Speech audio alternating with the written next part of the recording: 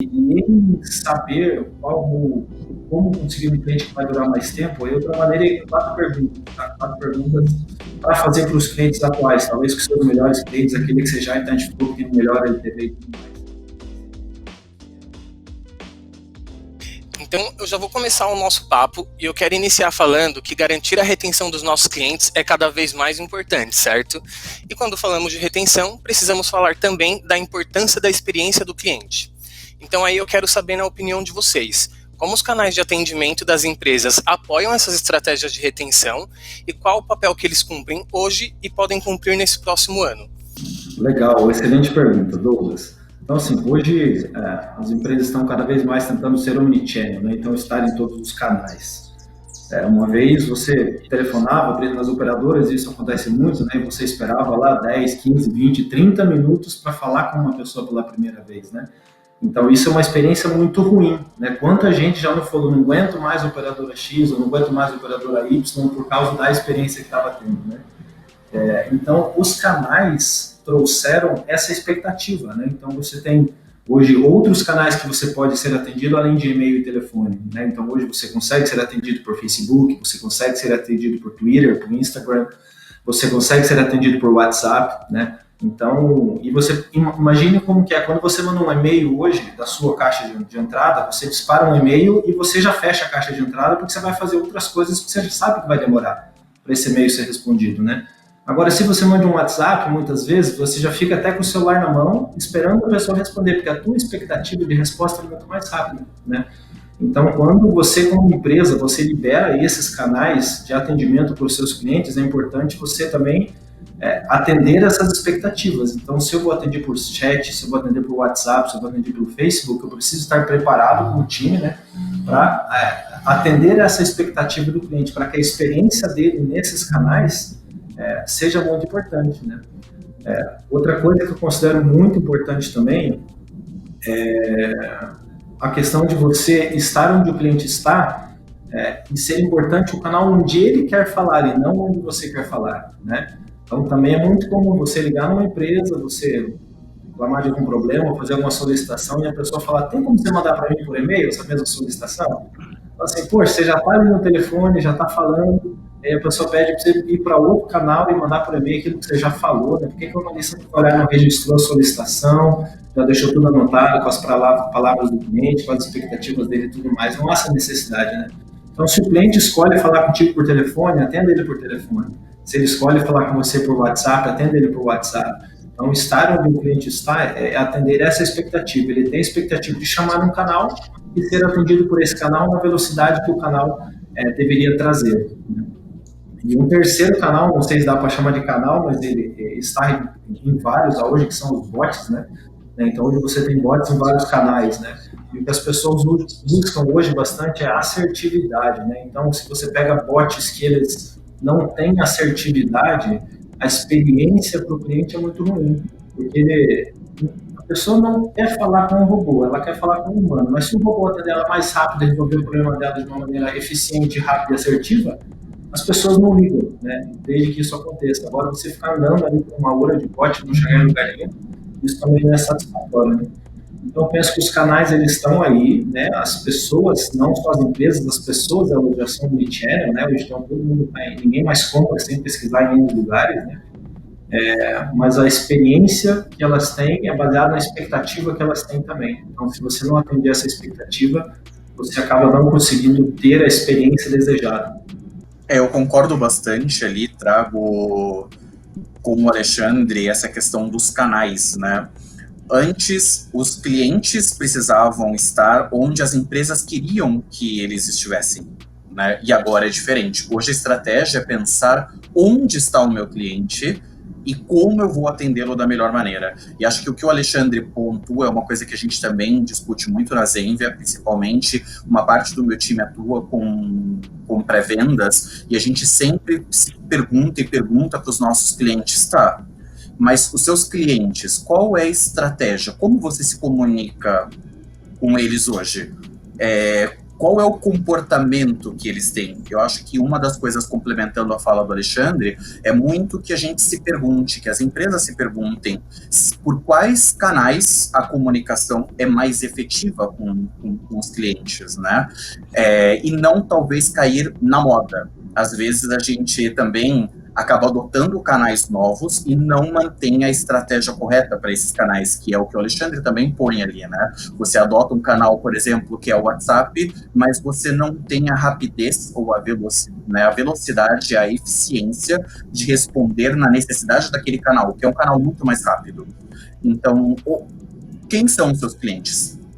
Como eles se comunicam e por quais canais eles querem se comunicar. Acho que isso é muito importante. Além disso, que é o que o Alexandre traz também complementando, a questão da omnicanalidade também precisa puxar um outro ponto, que é a parte de dados. Quer dizer, eu não consigo, né, manter uma boa retenção ali dos meus clientes, uma boa comunicação, uma boa retenção, se eu não tiver dados. Ser omnichannel também é olhar dados.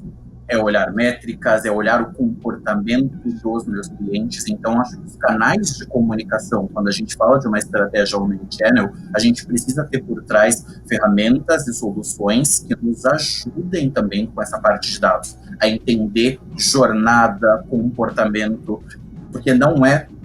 O canal é super importante, acho que é uma das partes importantíssimas, mas ali, a jornada do cliente, entendendo as dores em cada etapa, o que ele busca para a gente conseguir manter uma boa comunicação e a retenção, também são fatores muito importantes aí nesse caso.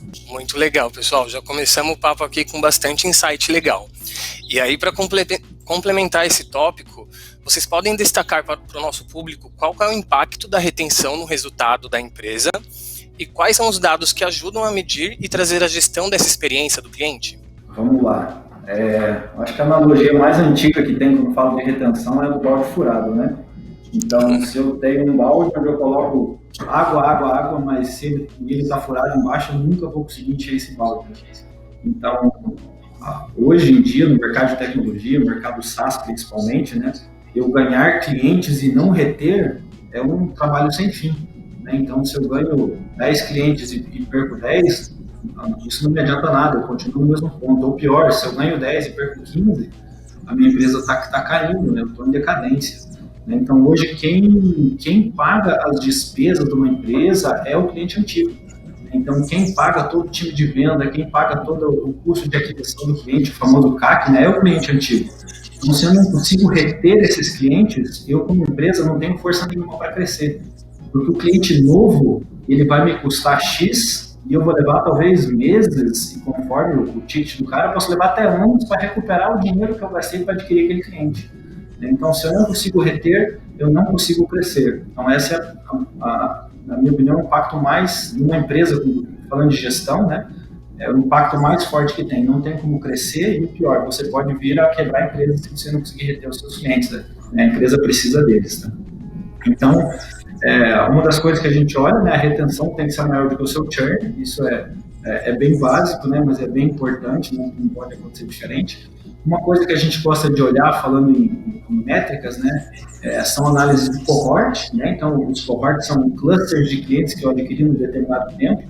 Então, por exemplo, os clientes que eu adquiri em outubro de 2020, por quanto tempo eles vão ser os meus clientes? Quanto por cento deles ainda é meu cliente? Ou então, vou pegar outubro de 2019, será que aqueles clientes ainda são meus clientes? Com quanto por cento deles ainda são meus clientes hoje? 50%, 60%, 70%, 80%? Esse número é muito importante para você entender o que você fez naquela época que gerou ações que talvez te trouxeram clientes que vão durar mais dentro da tua empresa, né? Então, a gente olha muito o cohort, a gente olha muito o CAC, né? A gente tenta minimizar o custo de aquisição, mas não com falta de investimento, a gente tenta trazer mais cliente, né? Então, eu gasto muito para adquirir um cliente, mas se eu trago bastante cliente, o meu CAC fica abaixo do mesmo jeito. Né? Então, tem que estar muito relacionado aí, né? E acho que não o maior ainda, antes do maior é o LTV, né? Por quanto tempo um cliente fica na minha base e quanto de lucro cada cliente me dá, que é o lifetime value, né? Então, se um cliente fica normalmente 12 meses, 15 meses, 20, 30 meses na minha base e ele me dá um ticket médio de R$100 por mês, por exemplo, eu vou saber quanto que esse cliente vai me dar de lucro nesse período, e eu tenho uma média, né? Então, eu começo a saber exatamente quais são os clientes que ficam mais tempo na minha base. Então, eu posso pegar, por exemplo, um LTV por indústria, né, por nicho de clientes, um LTV por tamanho da empresa, e eu começo a entender quais são os clientes que ficam mais tempo comigo, quem tem um fit mais ideal. Então, quando eu vou levar para o marketing isso, vou levar para vendas, a galera aqui do time de retenção, do time de pós-venda, de CS e tudo mais, eles conseguem dar informações muito mais precisas para o pessoal trabalhar lá na ponta, porque eu vou atacar esse pessoal que consegue ficar mais, né? E eu acho que o último indicador deles, né, que é a pergunta definitiva, né, que é se você me indicaria para algum familiar ou amigo, né, que é o nosso famoso NPS, né? Então esse eu acho que seria o indicador mais importante, né, você conseguir medir a satisfação do seu cliente, saber que ele está insatisfeito antes dele cancelar, se você é do mercado SaaS, né? Então, por que quando vem o cancelamento você quer fazer alguma coisa? Você precisa fazer antes, né? Então, você tem que saber antes que ele está insatisfeito, se ele está sendo mal atendido, se o teu produto falta uma feature ou se não está atendendo a expectativa dele, né? Então, eu gosto muito do NPS. Eu digo que a gente aprende muito com os clientes. O Vitor falou antes de perguntar para os clientes as coisas, né? Eu concordo demais, né? Você precisa perguntar para ele o tempo todo, ele é a nossa maior fonte de aprendizado, né? Então, o que ele está sentindo, o que ele pensa, por que ele comprou a gente, né? E tudo mais. Acho que a fala do Alexandre ele traz ali realmente as principais métricas. Eu queria complementar algumas partes da fala dele, que foi bastante propriedade. E lembrando que quando o modelo novo, ele é muito baseado na base, ele tem ali como a base de clientes como principal impulsionador de resultados das empresas, né? Então, muitos estudiosos da área de Customer Success comentam que 90% ali de todas as receitas, a gente não deveria estar olhando para novos clientes ou estar focando tanto em trazer novos clientes. Esse custo de aquisição é muito alto. E, na verdade, ali 90% de toda a receita ou de possibilidades e tudo é da base de clientes. Então, é o que o Alexandre comentou, né? Eu já tenho a minha base de clientes, eu manter os meus clientes comigo é menos esforço, muito mais satisfação para o meu trabalho em resultados, não só de retenção, mas em percepção da minha empresa e da qualidade daquilo que eu faço, e os resultados são mais efetivos. Então, acho que um dos principais pontos é as empresas, antes de qualquer coisa, que é algo que parece muito básico hoje, mas as empresas precisam ter áreas focadas em sucesso do cliente. E aí a gente tem hoje, né, as áreas de Customer Experience,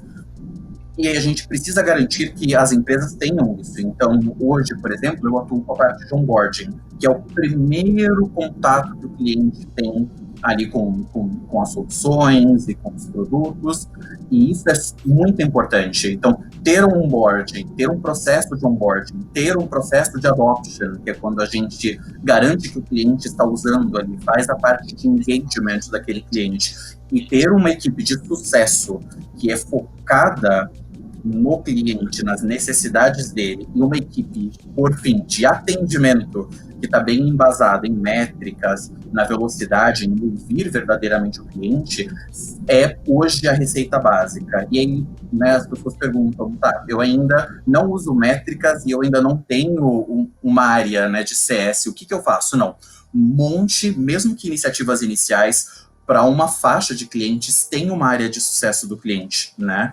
E veja que com as áreas montadas, vem muito que o Alexandre está trazendo, que são os KPIs. Então, pense em quais são os principais KPIs para o seu negócio. Alexandre trouxe alguns que são os mais importantes em termos de retenção, e eu acho que 2 pontos que eu queria ressaltar aqui da fala do Alexandre. NPS, acho que ainda continua sendo um dos queridinhos do mercado, mas NPS tem algumas coisas que o mercado já está começando a reagir. Veja que se eu pergunto para os meus clientes, se eu faço pesquisas de NPS e eu não dou uma devolutiva daquilo que apareceu na pesquisa de NPS, essa pesquisa pode se tornar vazia e pode, na verdade, te trazer falsos resultados, porque você não você faz aquilo como uma rotina, mas você não implementa as melhorias ou as percepções dos clientes. Então, faça as pesquisas de NPS, mas devolva para os seus clientes todas as iniciativas que você está fazendo para que ele melhore com a lealdade, a fidelidade, e para que ele indique, para que ele seja um promotor seu. Né? Só perguntar é vazio, e isso pode se tornar uma armadilha.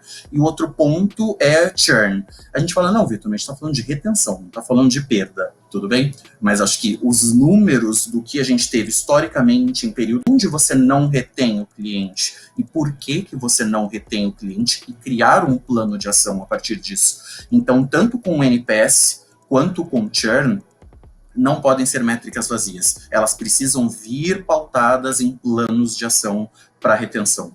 Então, tenham uma área estruturada e estruturem, mas não pensem em ter toda uma área de uma vez. Comecem por aquilo que é o ponto principal do seu business, que é ouvir o seu cliente e atendê-lo com eficiência e verdadeiramente entender a necessidade, e comece pelos KPIs iniciais, mas não é só medir. Tenha ações e planos de ações em cima dos resultados que você está medindo. Show, muito legal, gente.